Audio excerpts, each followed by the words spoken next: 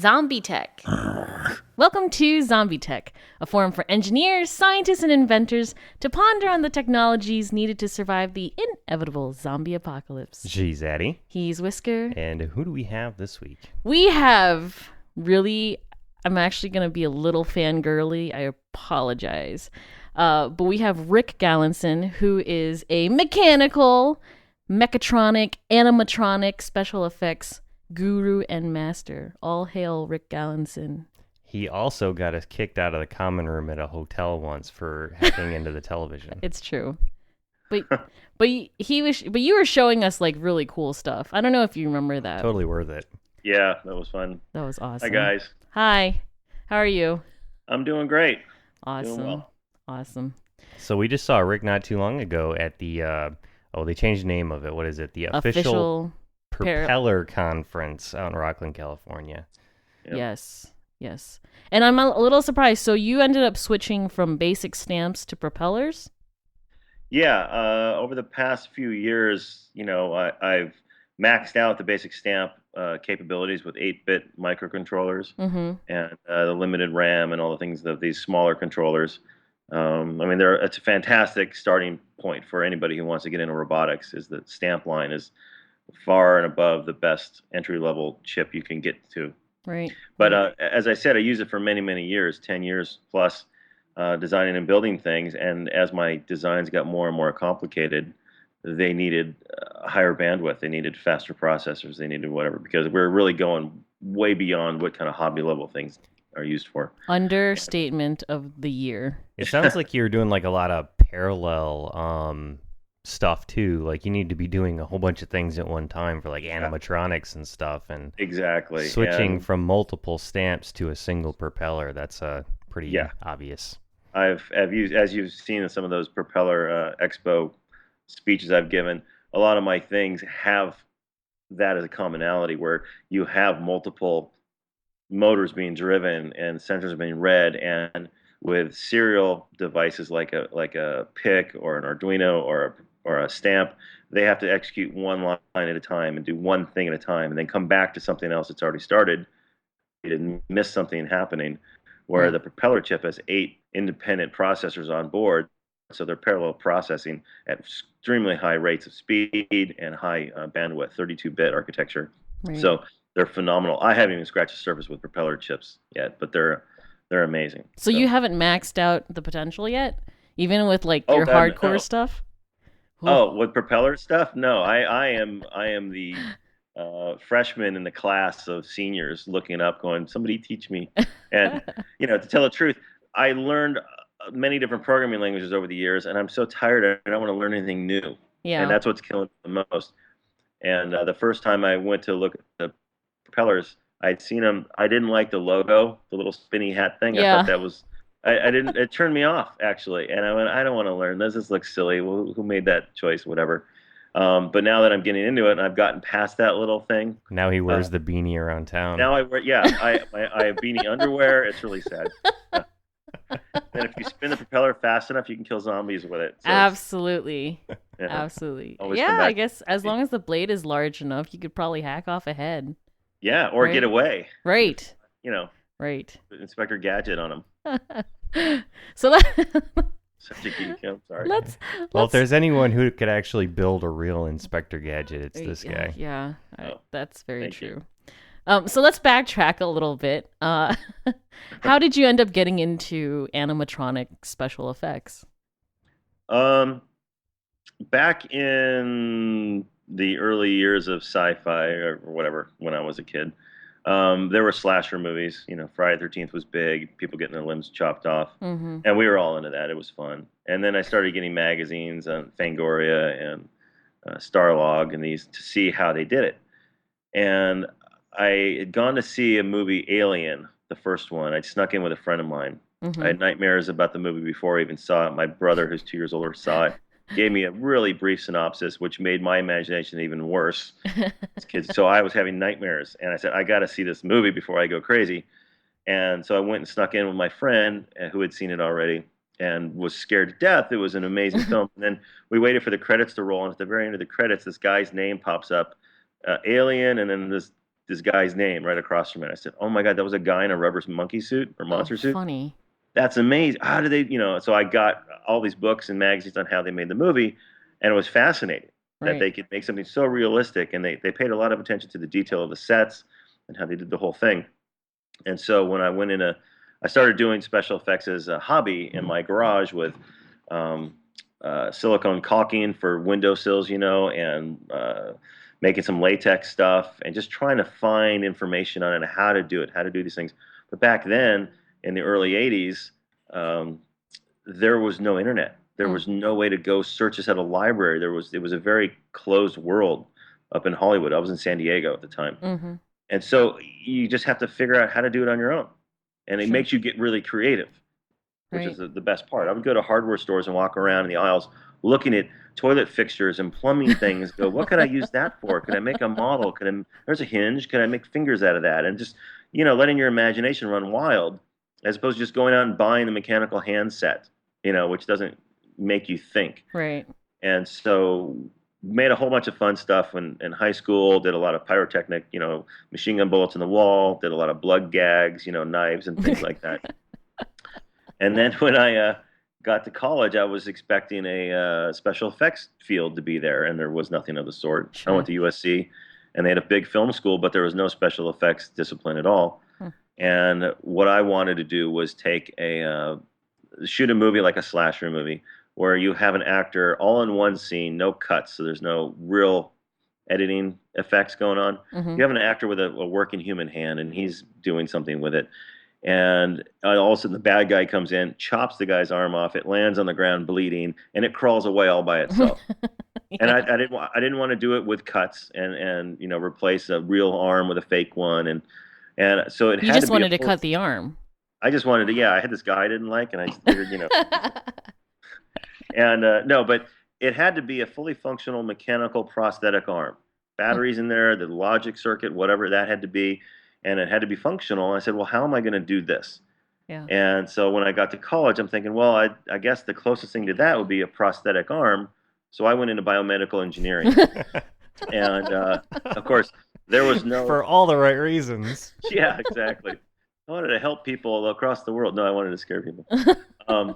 And I figured they would have a prosthetics section of the biomedical discipline, and there was nothing like that. So I ended up just sticking with it because it was fascinating and it was technologically deep. There were all different versions, and it was kind of a managerial engineering program where I learned aerospace stuff and computer science and genetics and chemistry and electrical engineering. So I touched in all these different fields, and we had maybe 5 or 6 classes in each one, which gave us a really sound understanding of them. But it wouldn't be like you could hire me to be an electrical engineer or a computer programmer or a fluid mechanics guy or whatever. You wouldn't hire me for that, but I could be a manager at a big company and talk to each one of these guys and be the go-between and really get what they're talking about. Sure. So it helped me become kind of a jack of all trades, and that's kind of how I am now, where in my shop, I have all the equipment and tools I need to do any job from start to finish by myself, barring the time schedule. So I wouldn't have to call one of you to be my welder and one of you to write a program and the next guy over here to maybe draw it on CAD and another guy over here to be a machinist or whatever. I've got all those skills now where I can do them fairly well and definitely enough to get the job done, but they're not going to be perfect and they're not going to be like an expert in each of those fields. But for the special effects work I do and the toy prototypes, a lot of the dirty broke, the bad welds or the maybe not the best circuit board, that stuff's under the covers. It's behind the scenes. You don't see it. So it gets the job done, and we can do it in such a quick manner. That's where the skills come in, and it becomes a really big value for me. So is it mostly that the things that end up in movies, are they still relatively prototype-ish? Oh, everything in a movie is a prototype. Absolutely, okay. 100%. And the funny cool. the funny thing is, I use my computer every day, and once in a while it crashes, or my phone doesn't work, or your car breaks down. And these are, these industry leaders that have thousands of engineers working for 5 years on a product with millions of dollars that they're, disposal, and these things still fail. Right. And you kind of go, well, yeah, that's normal. Okay, it'll work tomorrow or whatever. But in the effects field, you have Spielberg standing there, and you have a thing you just built, and finished the day before you get to set, and it's got all kinds of skin and rubber all over it, so it's got mechanical limitations that you can't anticipate. And there's one of you, and you did it in 3 weeks, and you had a very small budget, and they're expecting it to work flawlessly. Yeah. And 99% of the time, our stuff works really well. We overbuild, we overdesign to make sure it's going to last. And if it doesn't, if something goes wrong, we know what's going on. We can fix it in minutes. Right. I don't recall any time I've been on a set where anything we've used has failed completely. There's always been a way to use it. In many characters, there's like 150 cables coming out of this thing for all the movements that have to happen. A couple of them will break. You might not notice that the eyebrow on the left eye, this creature, isn't moving anymore because the motor overheated. And you get in there and fix it, at lunch or something, and then that's ready to go again. And you figure out why it overheated. You fix that problem, and so the pressures on us to get these things working is one issue. The other issue is they're prototypes, like you said. They're never been tested. Right. And the environments we're in sometimes are really horrible. There's salt water. There's dust and dirt and grime.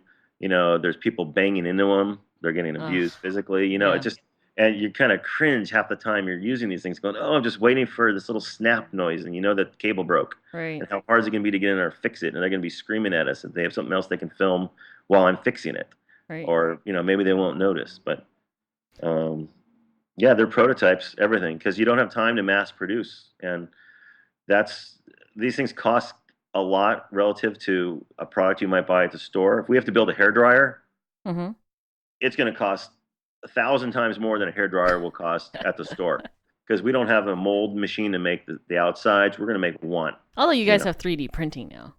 Well, yeah, that's saving us. That's a really incredible thing we have going on. That's accelerating everything. Yeah. But it's a fun job. I love it. So, and for those who don't wait until the end for the credits, or for the last credits, I should say. The only people watching the credits are people in the movie industry. Or for people who know them, too. Yeah, or people are hoping to see their name or their friend's name or whoever. Yep. So, but you've worked in some ginormously huge blockbuster movies, and just to name a few, Jurassic Park, Men in Black, Aliens vs. Predator, AI, Artificial Intelligence, Spider-Man 2. I mean, holy goodness. What a word. Yes. It is now. I'm full of them. I'm looking it up on Google right now. There it is. There's a wiki page. So we finally got a guest that actually puts Mark Van de Wettering up for his money. He's got credits on every Pixar film, but I think Rick is probably... He might even have more credits than Mark does. Yes, which is a little scary. I don't know where you're going to find them all. I don't actually post. There's IMDb. Yep. The Internet Movie Database, and I don't know how those names got up there, but I didn't enter them. So maybe you have like fanboys and fangirls. Oh, I hope not. No, I think they just generically shows up sometimes, and maybe the producers submit them. I don't know. Oh, okay. But yeah, there's not a complete list anywhere of what I've worked on. But so, and there's a lot of projects I can't talk about or that can't be on there. So like individual contracts or something like that. Yeah, I've done work for the U.S. Navy, and I'm not supposed to be talking about what I did for them. I have heard nothing. Yes, they're just something we were helping out the boys in the ocean. Sure. To be a little more sneaky. Sure. Yeah, Doc Talbot was on the show too, and he's done some media productions for the military. And he's a high enough position over there that he's actually allowed to talk about some of it. And some of the things that they've had him work on are just hilarious. Yeah. Chemical. Well, the thing I did for the Navy wasn't a media production. It was actually a model, so they could work on flow patterns and things like that. Gotcha. To reduce the signatures. Gotcha. So, so in these movies, can you tell us some of the things that you ended up working on? Yeah. On Jurassic Park, my primary responsibility was designing and building the spitter, which was the Dilophosaurus. Mm-hmm. The cute little guy with the two what do they call them? The two blades of bone, kind of on the top, the crests on top of his head, Mm-hmm. and he has the frill that opens up and flaps like one of those desert lizards, Oh yeah, yeah. and Okay. he spits venom at his victim and poison them, and then he comes in and eats you while you're squirming. So Uh, I'm a little surprised. Like it's not CG. That was all. that was 100% Wow. animatronic, Wow. Were all the as was dinosaurs like that in that movie? no the sick triceratops Okay. that a friend of mine was responsible for. He did a fantastic job. That was 100% animatronic Wow. when it was laying outside, and that one's got a fun story behind it. I guess we've got time, right? Yeah, we do.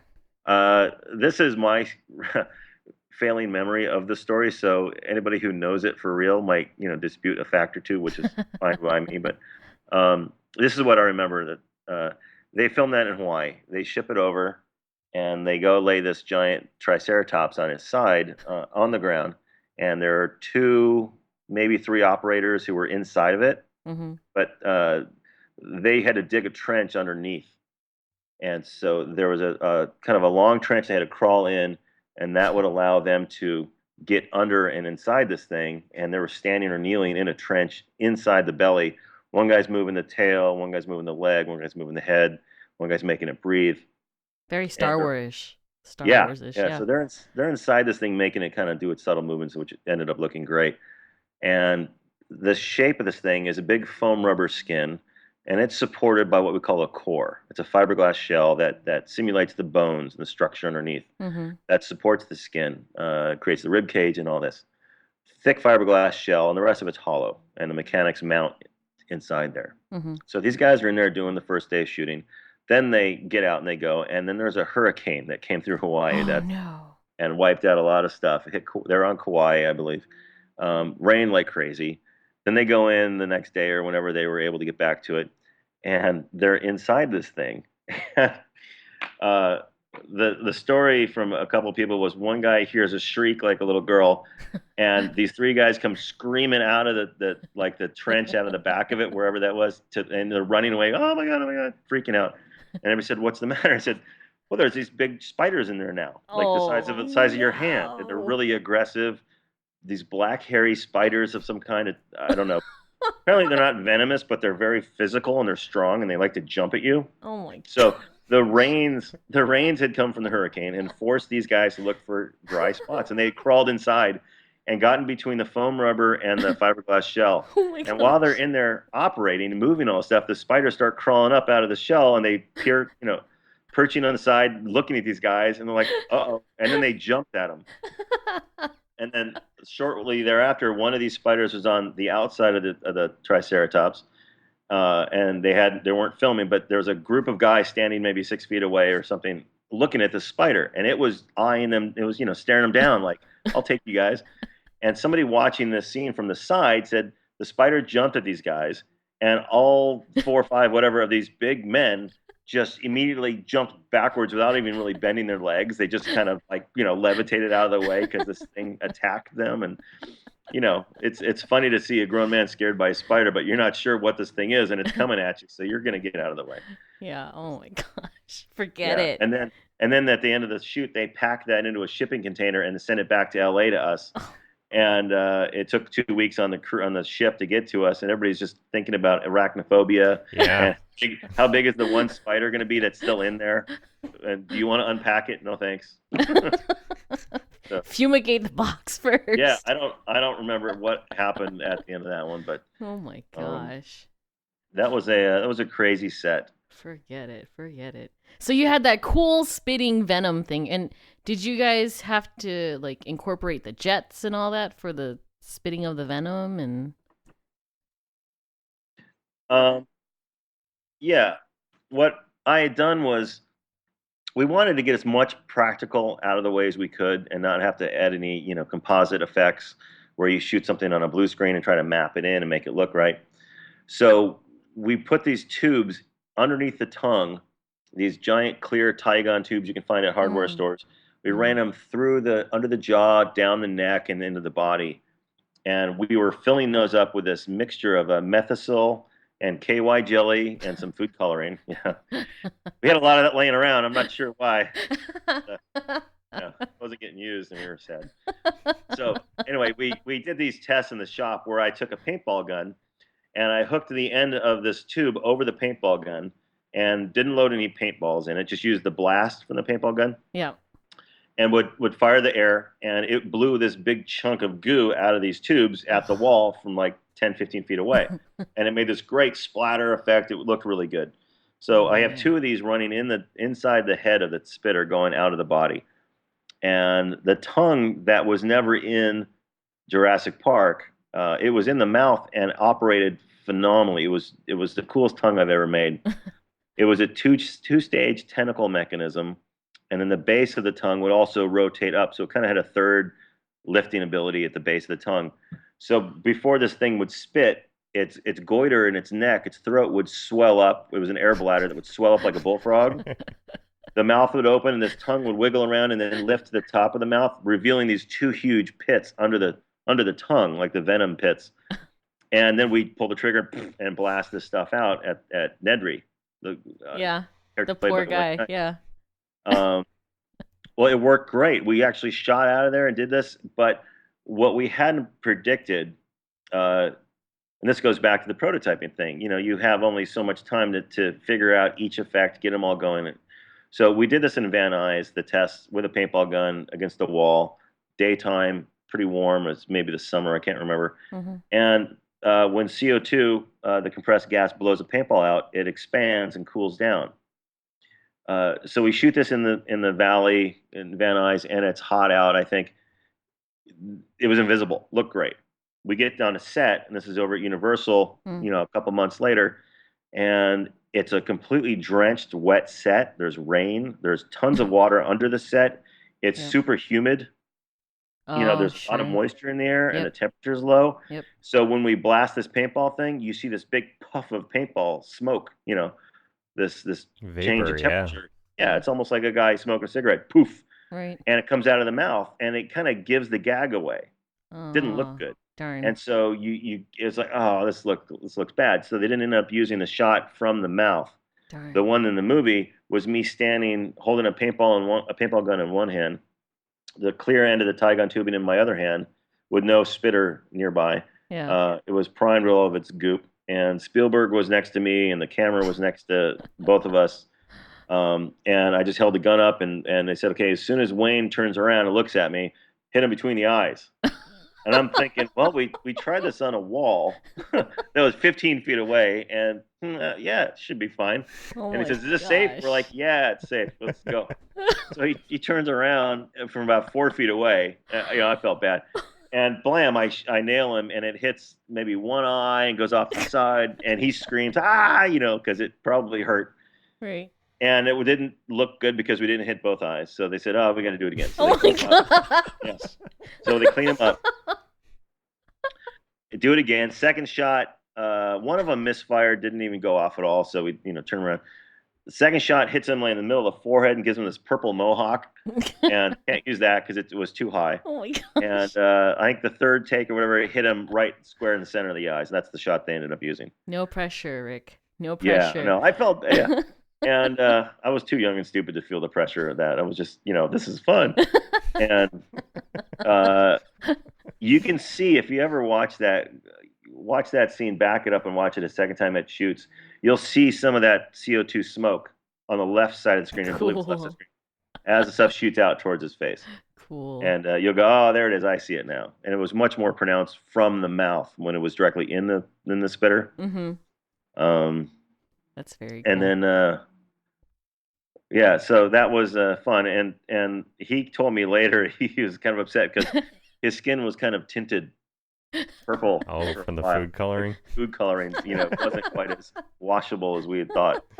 Well, as long as you didn't get a call from Screen Actors Guild, you're probably okay. Yeah, it was just... But he was a trooper, and when he screams, I mean, it's startling, and, his eyes were open when we did it, which oh my gosh, really shocks me, and brings me to another story of another actor.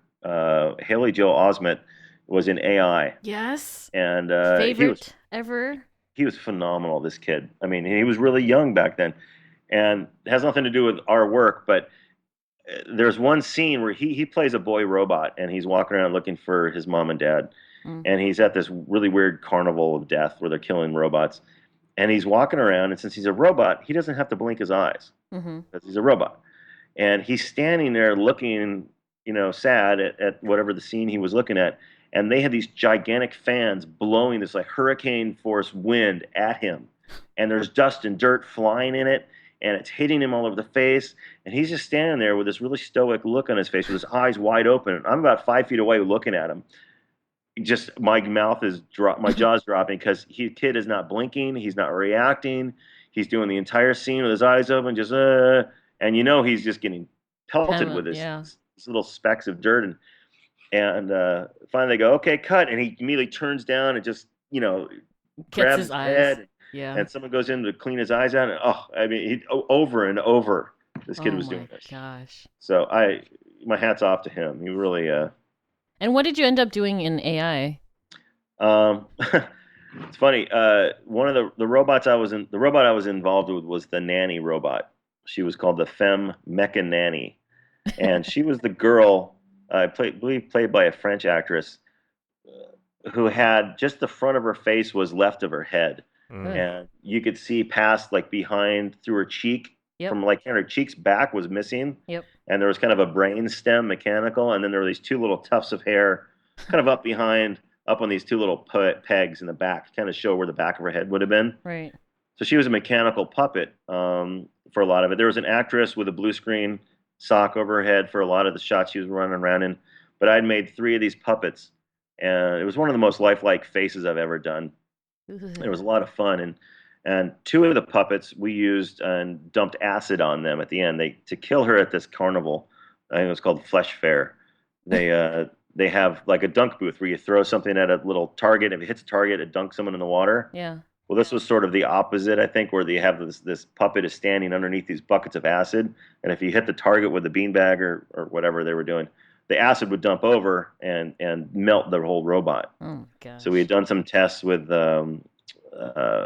I can't remember the chemical we used, but it ate away the foam latex skins we had, and just got inside and just messed up everything. It was really fun. It was really an acidic chemical, so we had to be careful with what we were doing. Mm-hmm. So you wouldn't melt yourself. Yeah, because we had to touch it and clean it and prep it or something for the next shot. I didn't want to get it in our hands. Do you end up having to have like a bit of Zen detachment from your projects? After, I mean, I know they're prototypes, but especially like that lifelike nanny robot, which, like, what? Be sad that your thing you just built got destroyed? Yes, or just yeah, because exactly. It's creepy to see a human get melted? The former.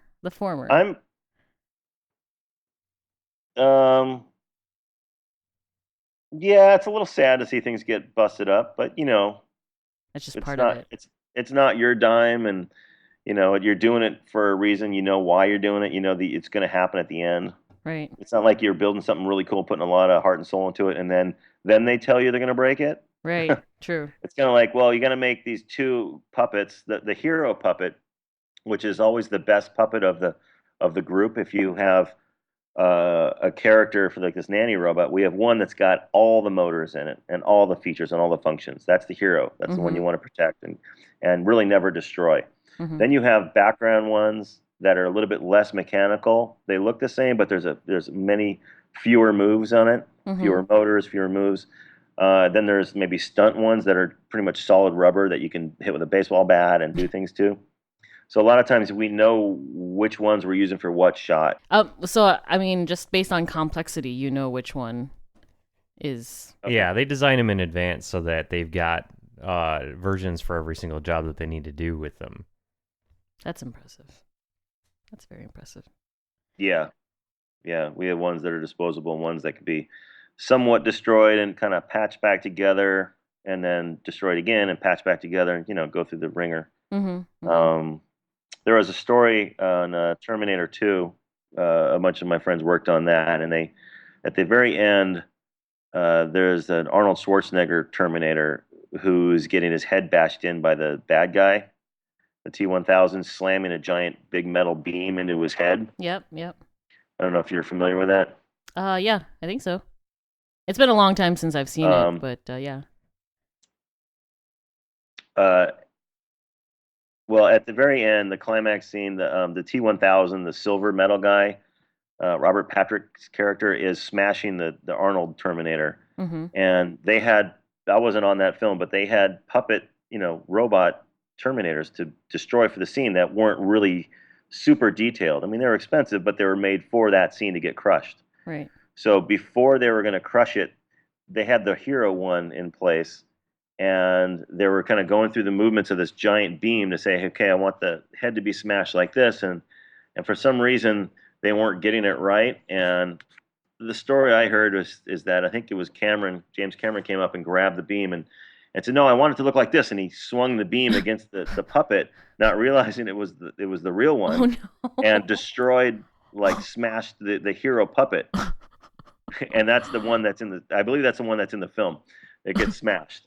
And they were all, quite dismayed, I think, I'm sure. at that moment. Was James like, haha, sorry guys. Yeah, probably. We need this again tomorrow. Yeah, so that was Yeah. yeah, so accidents happen, things like that happen, and those guys I'm sure were very sad, but Yeah. um So, um, so a lot of the movies that you've done have a lot of CG in them. But obviously the projects that you've worked on, I'm thinking like, for instance, the Spider-Man 2 Doc Ock right. arms. Like I thought they were, before I saw your presentation, I thought they were CG because holy crap buckets, that's like complex as all goodness, right? Yeah, But clearly they're not. that was a pretty good mix. And typically when we're doing a movie, there's the CG group and there's the animatronics group. Mm-hmm. And we're constantly, not us, not the guys in the trenches aren't doing this, but the powers that be, our bosses are constantly doing a tug of war with the director to try to say, hey, we can get this shot in the camera practically right now on the day, Mm-hmm. and you can get several different angles, different speed rates if you want. We can try it a couple different ways, and you can film it. Mm-hmm. And then the CG guys are whispering in the other ear, saying, "Hey, why don't we just do this in post? We can make it look great. We'll do whatever you want." Blah blah blah. And so directors are always getting tugged back and forth. Mm-hmm. Um, the benefit of having a practical animatronic is you can shoot it many different ways. And if you go look at the dailies and we'll get an idea, you can go shoot the next day again a little bit different, right on the spot. Right. You already have it built. You already have it ready to go, and your set is built. So you can get a turnaround really quickly, see it in the finished product pretty much right away. Right. With the CG character, if you say, "Hey, I want to see this creature go and eat a book," they say, "Well, come back in 2 months and give us $40,000 or whatever it is." Jeez. There's a time and a financial commitment to test something out. Right. Well, it might not be the camera angles just right, and they say, "Well, gosh, can we do it again, but move the camera 2 feet to the left?" And yeah, well, that's going to be another $40,000 another 2 months or whatever. And so they have this delay, and now the computers are getting so fast, maybe they'll be able to render something really quickly. Or I know with Avatar, they were doing stuff in camera or in the monitor like instantly, which is saving them a lot. So back then, it was much easier to do a mechanical shot with a real puppet. Right. Right. So we were going back and forth, but it's usually a blend of a CG character and an animatronic character. And once in a while, you'll have live action, like an animal. You're matching a dog. So we'll have a puppet of a dog, and we'll have a real dog, and we'll have a CG dog. Mm-hmm. And, a lot of times you can tell which is which. And once in a while, me being in the field for so long, I'm looking at it, and I'm going, I don't know if that's real or a puppet. And that's when I'm really impressed with the work the guys have done. Sure. Sure. It really is getting to that point where, you can pick the right aspect of the different ways that you can do these things for each individual shot, and sometimes even more than one of them in a single shot. They can just composite everything together and get the best bang for their buck in time. It's really cool, some of the stuff they do these days. Yeah.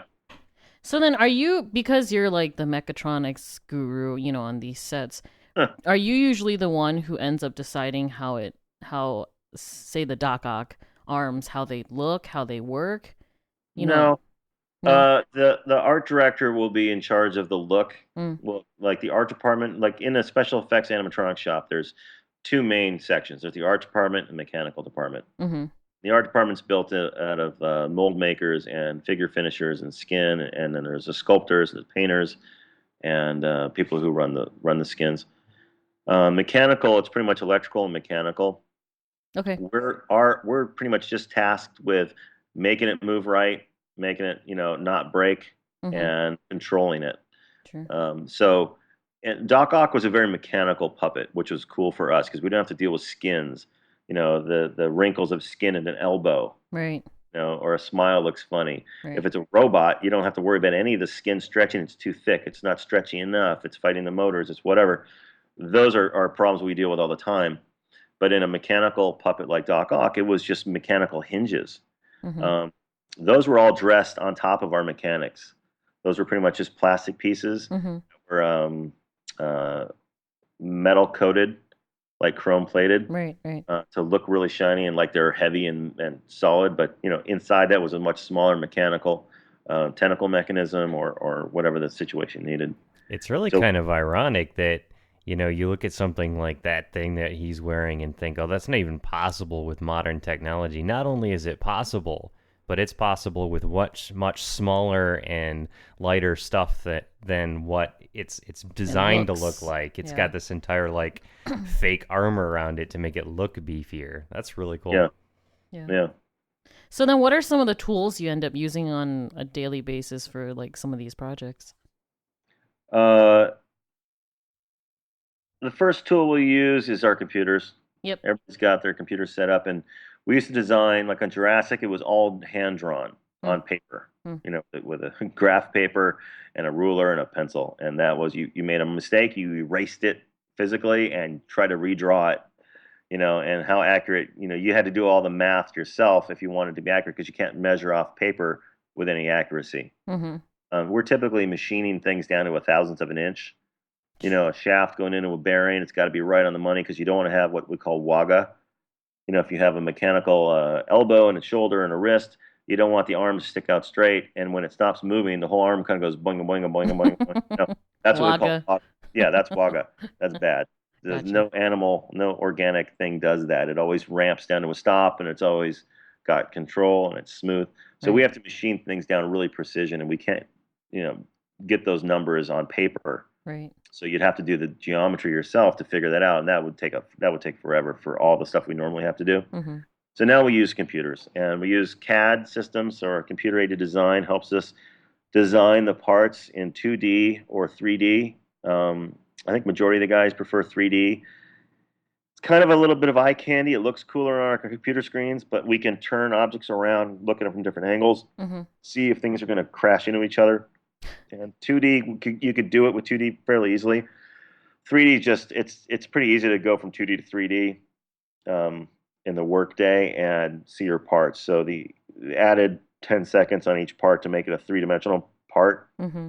it's well worth it. Sure. So we do our CAD work on the computer, and then we'll go to the machine shop, and we'll use a mill or a lathe, band saws, welders, drill presses, Dremels. So you And get then- like the best of all worlds. Oh yeah, That's I mean, awesome. I never imagined this job would be what it is, and it's really allowed me to be creative in everything I do. It's just the sky's the limit. Yeah. So what's the most intimidating thing you've made? I guess intimidating to Approaching you. it? Yeah. Like to- Yeah. Can we do this? Mm-hmm. Yeah.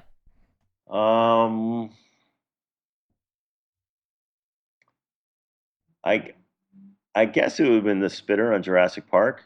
Okay. I was really new in the industry. I was really green. I had been working there for working in the industry for less than a year. Wow. And my third shop I got hired in was Stan Winston Studios, who had Batman Returns, and so I came in kind of on a fluke phone call I received at another shop, and I talked to this guy, Richard Landon, who was the head mechanic, and since we both had the same first names, as stupid as that sounds, that's the lucky break I got. I was already working in the industry, but he called. I picked the phone up, and Oh, you're the guy over at Stan Winston's. Oh, Richard, yeah, I'm a Richard too. Oh, great. Hey, I'm going to be freed up pretty soon. You get, you have a job opening. Oh, come on by. That's And awesome. got in there and as kind of a grunt, working on the low level in the shop, just like, what do you need me to do? And they were working on Batman Returns, and then Jurassic rolled in right after that, and Mm. they took us into the lunchroom, and they sat all the mechanics down there, maybe 8 of us, and we'd all read Jurassic Park by then, so we Hmm. knew the story. They said, okay, who wants to work on the T-Rex? And all the heads of the guys who've been there for a long time raised their hands. They know what they're into. They want to build this huge hydraulic thing. Hmm. And I was all quiet in the back with a couple of other guys. And who wants to work on the Raptors? And a bunch of people raised their hands. And who wants to work on the Triceratops? And then they got down to the Spitter, which I thought was a fun character. And I figured it was a background, smaller character. And who wants to work on the Spitter? And I figured I was going to be helping Richard Landon build it. I was going to be his assistant or one of the other guys who'd been there for a long time. Right. So I raised my hand. They look around the room, see me, write my name down, and that was it. That's It was cool. it was really that fast. And I, just swallowed real hard and went, they have no idea how little I know. I was still learning how to use the mill and the lathe at that point. And if they knew how green I was, they would never have given that to But it looked great. Yeah, me. It turned out literally that shot. I mean, millions and millions and millions of people know that shot, and Yeah. they either laughed or winced at it, but they Yeah. recognize it. Millions and millions of people, It and that's was so a lot. funny that you were just a punk kid faking it. Imposter syndrome is a really Yeah, big thing. it really was. And normally I never say, "Hey, I can do that," when I can't, Hmm. but they never asked me at that point. They were just like, "Who wants to work on it?" I'm like, "I'll work on it." And Right. if they had asked me straight out, I'd be like, "Hey, look, I don't think I'm ready for this." And fortunately, they didn't. And I looked around at the other guys who were working there, and how do you do a cable control system, and how do you do this, and just asking and looking and making minor adjustments that I thought might improve mine, and um, it ended up working really well. And we might have broken maybe 3 cables on the thing. I can't remember, but I don't remember That's fixing not any too bad. cables. It was for how many cables were in this Yeah. thing. It was a Mhm. lot going on. We had, I want to say, 10 people Yeah. operating the character Yeah. all at the same time, trying to coordinate. Yeah. That's Um, craziness. yeah, So, it really worked out well. so Can I put a shout out to yeah, something? yeah, go for it. Um, Stan Winston passed away a few years ago. He Mm. was just a phenomenal person, great guy, hilarious, and groundbreaking effects, Mm-hmm. inventor, and just he pushed the boundaries. But worked there for many years, and then his son, he's passed away since then. His company changed over to what's called Legacy Effects. They're the biggest effects house around now, doing tons of commercials and whatnot. Mm-hmm. Tied in with them is Matt Winston, his son, who I know a couple different ways, and he's doing a thing called the Stan Winston School of Character Arts. Mm-hmm. You can look it up online, and they have all the effects lessons you could ever want, DVDs you can buy, lessons you can download, and it's from sculpting, painting, making molds, doing mechanics, doing electronics, doing whatever. I did one on basic electronics, real basic ground level, how to flash a light, make a motor move. Um, and so, in doing these things, they also had me do one of these Skype chats, an interview for the Spitter on Jurassic Park. Mm-hmm. And so, if you go look at this video, uh, I it's on YouTube and they're free to look at. If you look up SWSCA or the Stan Winston School of Character Arts, Mm-hmm. you'll find their YouTube channel, and they have all these videos of making of Jurassic Park and all the other movies they worked on. There is one of me doing the Spitter, and it shows video of me from when I'm 22 years old or 25 or whatever, skinny and and it shows the tongue moving for the Spitter. It shows how he made the whole rig where the legs run into the scene, and it's kind of hopping through the scene. It shows us working on the spit mechanism and the mechanics inside the dinosaur. Yep. And on their channel, you'll find anything you guys ever want to know about Jurassic Park is on there. Cool. It's really phenomenal. So that should be checked out by your listeners. Very cool. Now, I'm going to guess that since that was one of your beginning projects, it wasn't the most, like, out of all the projects you've worked on, was that the most complex or? No. No.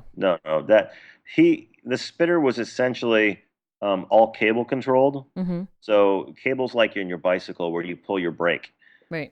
Attached to that is a black tubing that goes down to your tire. Running inside that's a metal cable. Mm-hmm. That just transmits the pull from where your hand is down to where the tire brake is. Right. That's kind of how everything runs in the animatronics world as far as cable control. But instead of a hand brake, we'll have all different kinds of controllers for to hold on to move around. Mm-hmm. The entire spitter was done like that. Everything was cable controlled. So coming out of its butt was this umbilical about 4-inch diameter of 77 cables or something. I don't remember how many. And they went off to everybody who was spread out and hidden in the scene, operating the head and neck and all this. So it was not a very complicated project. Mm-hmm. Okay. Yeah. Okay. Well, it was a fully functional animal, but it had all the moves and animals, but it wasn't like, oh, here we have pneumatics, here we have electronics, here's hydraulics, here's this. It wasn't a bunch of different kinds of systems. It was one relatively simple control system It was just a built on dinosaur. this character. But Okay. as far as complicated, I think the most complicated one was the ones we did on Spider-Man 2. Okay. Okay. I can see that. I mean that, especially those arms. My God. Yeah, the end effectors, the hands that come out of the ends of the arms, those were really something. Mm-hmm. Yeah, Rick's got these great videos that he likes to show people if they stand still too long about how the fingers on the hand can rotate into different positions to have different sort of it can affect different types of shapes. Yep. Yeah. Really neat stuff. I'm sure you probably have those up online somewhere, don't you? No, I don't. I used to have them, I think, What? on my website, and I changed my website. They're not up there any longer. Oh man. But a friend of mine, Kan Ikiuchi, he designed the fingertips. I think almost all the way down to the end knuckle. I designed the base rotors on those and the flare out mechanism, and then the circuit board that ran the whole thing, and built all based on basic stamps from Parallax, Mm-hmm. and that had a Futaba radio that we use normally for transmitting, control signals to like a helicopter and airplane. That's kind of standard in our industry for controlling these characters.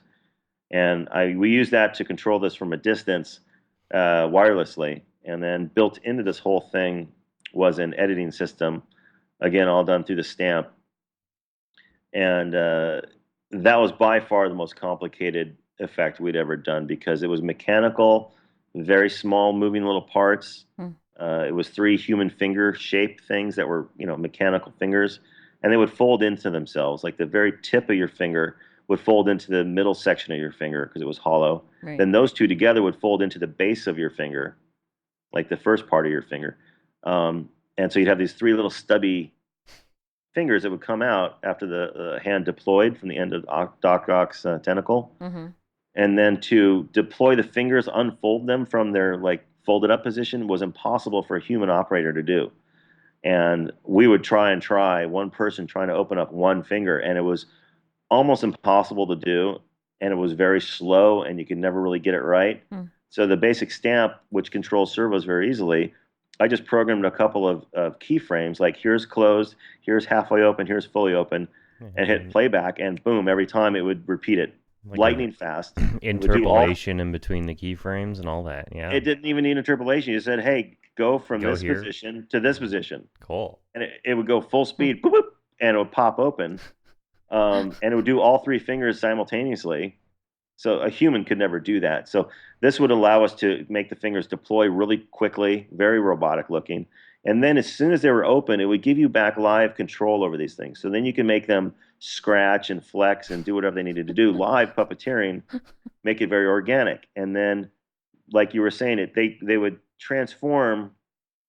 Let me back up a little. The 3 fingers would come out in a kind of a triangular fashion, like the 3 points of an equal triangle, and they're all facing towards the center, kind of robotic gripper looking thing. And it could grab a sphere very easily. Nice, good grip. But if you wanted to put a pipe in the middle of this finger, it wouldn't really hold it so well because the corners of the fingers would grab the pipe. Yeah. So we needed to rotate the fingers slightly to make them come in parallel and have one finger go between the other 2. So these things would rotate, and then you could flex them, and they wouldn't hit each other because they were parallel. You could grab a baseball bat or a flashlight or something really cylindrical and get a good grip on it. and then they would also flare up. So all three would all of a sudden be on the same plane like a human hand, and as they flexed, they could maybe play the piano or something. And these three positions, if you transferred from one position to the other while the fingers were bent, the fingertips would crash into each other and break the mechanism. So not only would the computer allow you to deploy the fingers or close them up really quickly, but if you transitioned from one configuration to another, the computer would take over for you. It would straighten the fingers out, rotate them in the correct position to like a human piano hand version. Yep. Then it would give you back control again. Man. It was kind of a safety feature we built into it. Yeah. So it was really many layers going on in this thing. It was pretty cool. Did you guys ever scare the actors by like scratching their heads for them or something? No, but we've had a couple of times when we've gotten people. I worked on Snakes on a Plane, and we built a whole bunch of snakes for that one. And one of the snakes we had actually used a bicycle brake to control the mouth. And when I pulled the brake, the mouth would open up and the fangs would deploy at the same time. Cool. And you could make these cool biting movements. And then on the end of the controller, it was a thin black rod that went into the side of the head. And they would remove that with computers later on. But you could make this snake strike really realistically. And while it struck, you could make the mouth open and really bite someone if you wanted to. So when we first got to set, we're standing around in the back, and I've got maybe 6 snakes laying on this bench. And they're just sitting there not moving. But one of them on the edge, I have this controller hooked up. And since it's kind of dark back there and this black controller is in my hand and no one really knows, we're getting people would walk up like, oh, are these the snakes? Cool, let me see. And they come looking real close to them, and I'd have that one strike out at them, and it would scare the what out of these people, because it looked and acted like a real snake, and they would just jump back, scream, or go running, and then they come back laughing. Get my friend! I'll get my friend, come over. And then it was constantly, messing with people. That's great. All right, so before we get running out one of the other too films I much- worked on was Mighty. Before we get running too much out of time here, we have to ask this because it's ZombieTech. Have you worked on any zombie movies? I have. I worked on Return of the Living Dead 4 or 5. It was Necropolis, I think. Peter Cody was in it, and we, whichever movie it was, this evil corporation took zombies and they made them into soldiers. And they were grafting weapons onto the soldiers' arms. Of course. And their bodies. They were coming in, so you couldn't really kill them. Well, I'd done my minigun stuff, and so my friend Larry O'Dean contacted me and had me build 2 9-barrel miniguns that the actor wears on his forearm, as if they grafted them onto the zombie's existing arm. And as your hand was inside, you would pull these triggers, and one would make the barrel assembly spin around your arm, and the second one released gas, and it would actually shoot propane blasts out of the barrels, and it looked like a minigun. It was a blue-white flame, and if we had the pressure set right with CO2 and propane for a good mix, it would be this really angry blue-white flame about a foot long coming out of the barrels. And that was a lot of fun. And I think when they got over there, something was wrong with the gas mixture. I didn't like the way that the stuff looked in the film, but I have personal videos of testing it in the backyard at night and shooting it up in my trees, and it was pretty cool looking. You must have like the best Halloween setup in the world. We have some fun stuff, just some pop-up ghosts, a coffin that opens up. There's a skeleton trying to grab you as you come into the house. And, out in front is even the best. I have a 9 tiny little ghosts, like the size of little kids. Kind of creepy, and they're all holding hands in like a ring around the rosy, and there's a motor hidden in the grass. What? And they go in a lazy circle. And there's black lights on them, so they're all lit up, and you have this really creepy ring around the rosy. There's like little kids kind of drifting off. Is really, and people just get creeped out by it because it's like dead kids. What? It's Halloween. And, kind of gross. Oh my gosh. Now, you were saying something about, was it Mighty Joe Young? Oh, as far as endangering the actors or hurting an actor. Oh. I built these hand controllers that I wore, and when I would flex my fingers or my wrist, the giant gorilla arms would flex and the fingers would move, and these things were powered by these giant motors.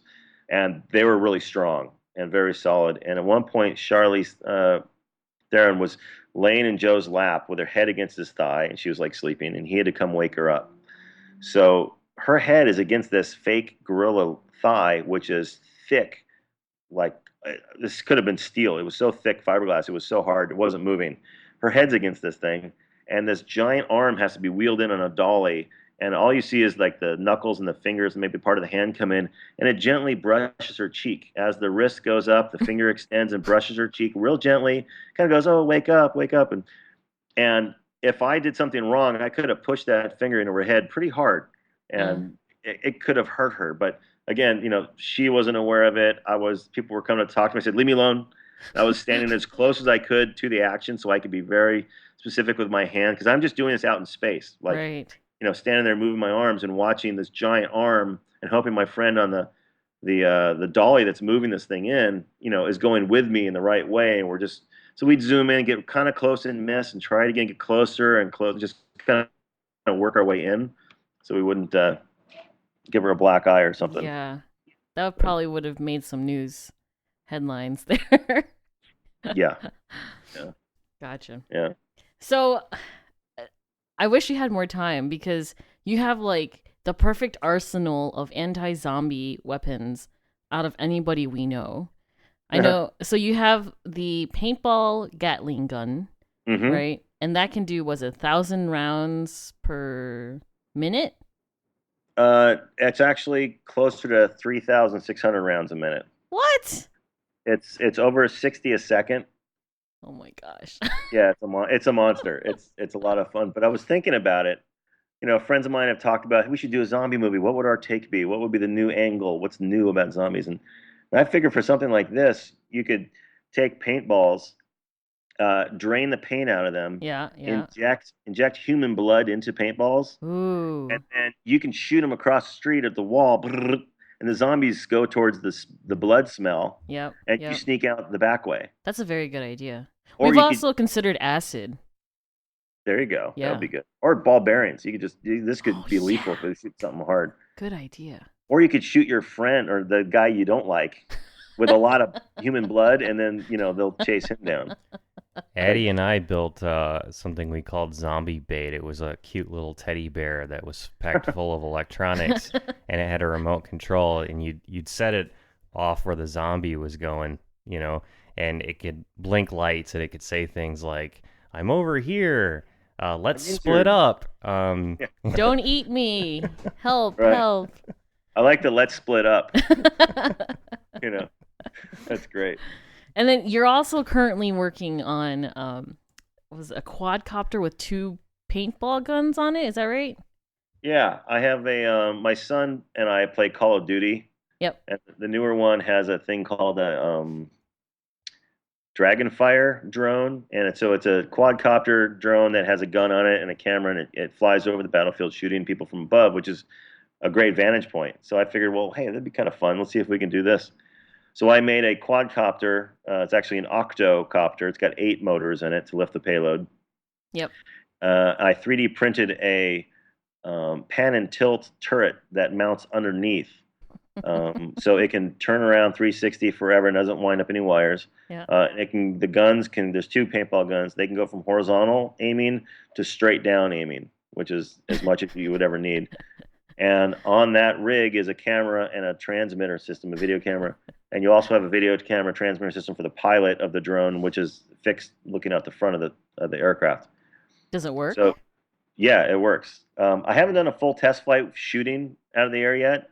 I've done a flight with it carrying the weight of everything, where the turret is secured so it can't wiggle and move around. Yeah. So it carry the weight and maneuver. I don't know how long it can fly for. It's kind of a gag. If I can fly for 2-3 minutes, that's enough just to get some footage of it shooting and from the air. Right. And I have held it on a mount up in the air and used the turret shooting remote control to actually firing paintballs, and the whole system works separately. But I haven't gotten back to that project because I've been too busy to get it up in the air. And Sure. and, my neighbors don't like when I do that. So.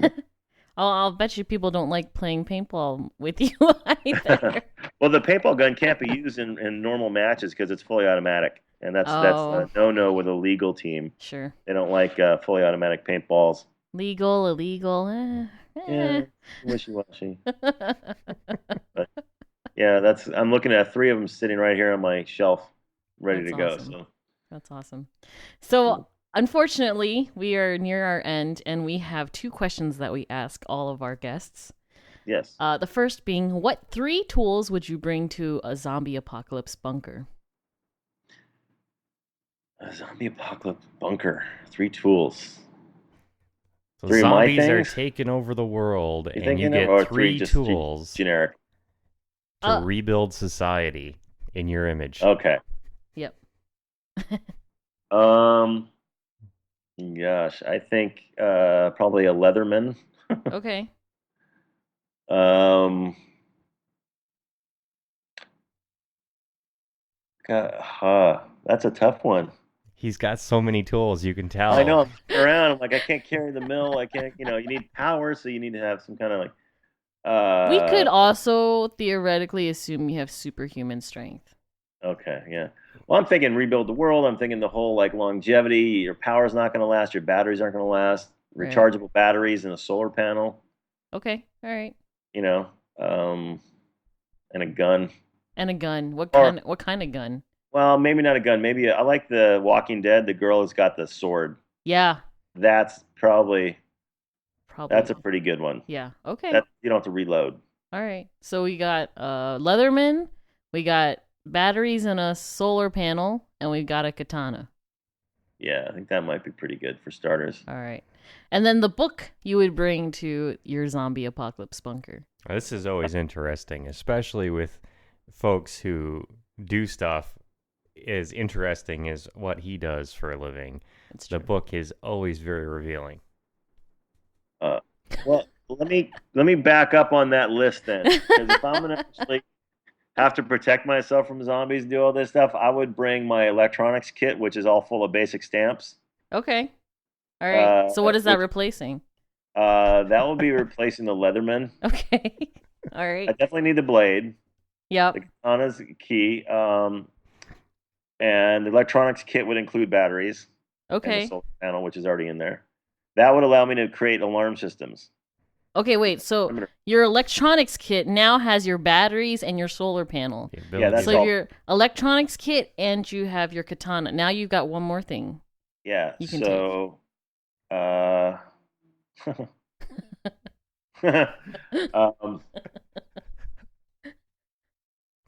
well, I'd have my alarm system with that, so I could detect them before they got too close. Right, right. Got my katana for close combat, so I would probably say some kind of a rifle, maybe a sniper rifle. Okay, sniper rifle.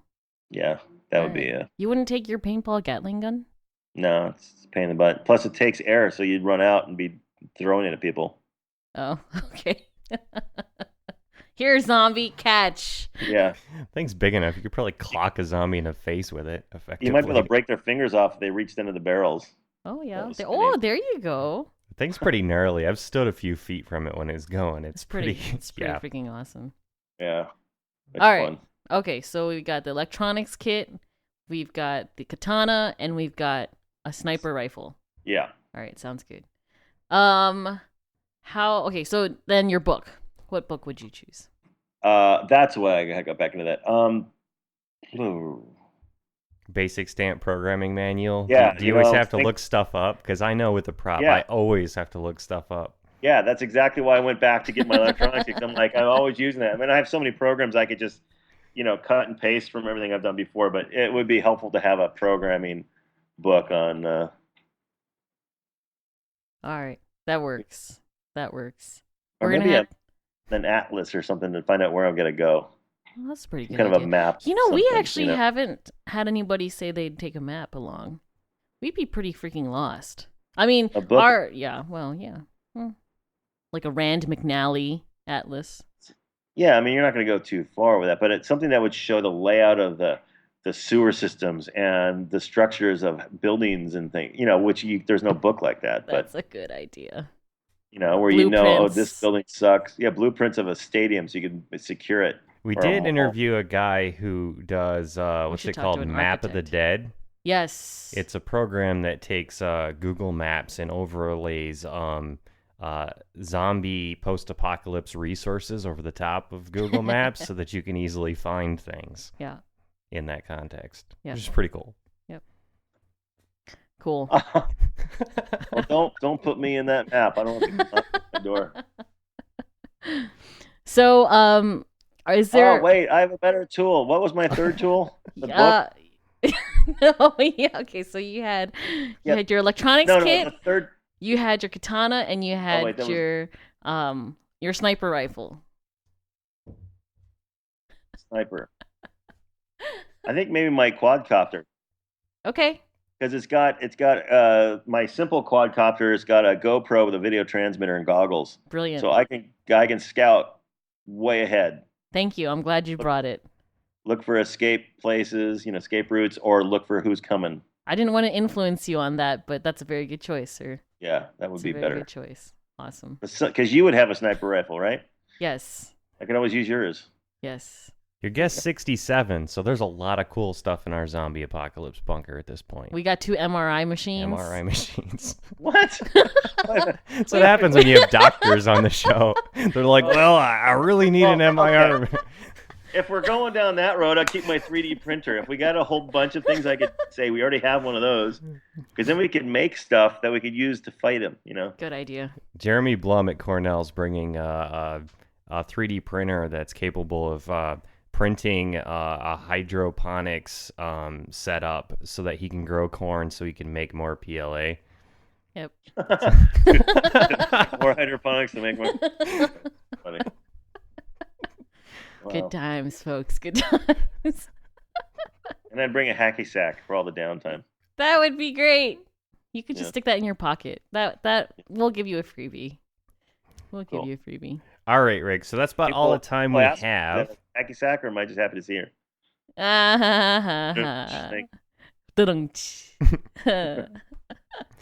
So that's about all the time we have for this episode, unfortunately. Obviously, Rick's the kind of guy where you could just start chat for the conversation, and he'll just go and go and go and go and never stop being interesting. But we wanted to take a minute here and ask him if there was anything that he'd like you guys to know about. He already pointed out that video series online. Is there anything else out there for folks who are interested in this stuff? I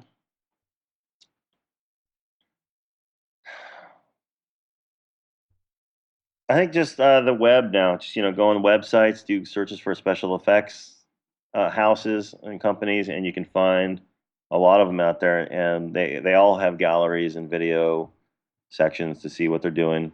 I just looked at Legacies yesterday, and they have a cool one on animals and birds and speaking characters, and they got some fun stuff up there. Cool. Very cool. All right, that's it for us for this week. Thank you, everyone, for listening. We'll be back, I think next time is Jerry Ellsworth? I don't know. We'll see. Yeah, when we get to it. Anyway, that's it for us. You guys can find this show when we put them up, ZombieTech.tv. There's an RSS feed there if you want to have it automatically downloaded to your phone, iTunes, whatever. Yeah, we'll see you guys next time. Bye. Bye. Thank you.